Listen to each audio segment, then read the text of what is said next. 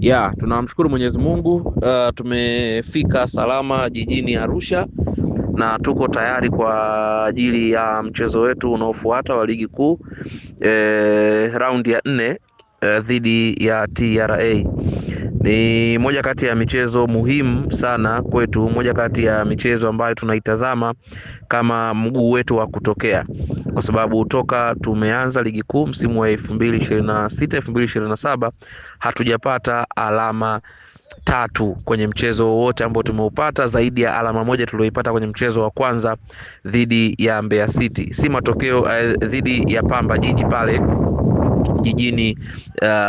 jijini Mwanza. Kwa hiyo tunahakikisha kwamba maandalizi yetu yanakwenda sawa na hatuna injury yoyote.